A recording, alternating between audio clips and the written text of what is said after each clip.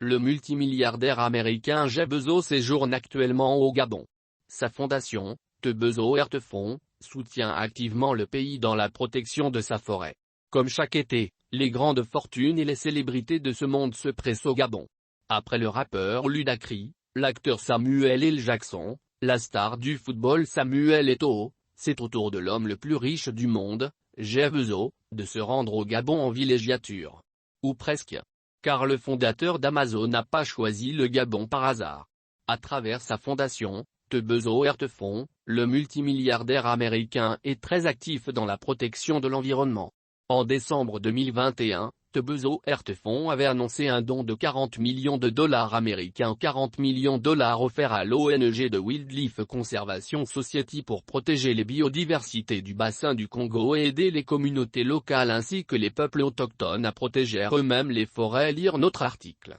Une partie de ces fonds est destinée au Gabon, considéré comme l'un des pays les plus exemplaires en la matière et en première ligne dans la lutte contre le réchauffement climatique. Comparé à d'autres pays du monde, la déforestation annuelle au Gabon est faible entre 0 et 0,05% par an de 2010 et 2015 et stable, ce qui fait du Gabon l'un des derniers pays à haut couvert forestier et faible déforestation HFLD en anglais. Ceci est dû à une combinaison de circonstances socio-économiques et d'actions politiques délibérées.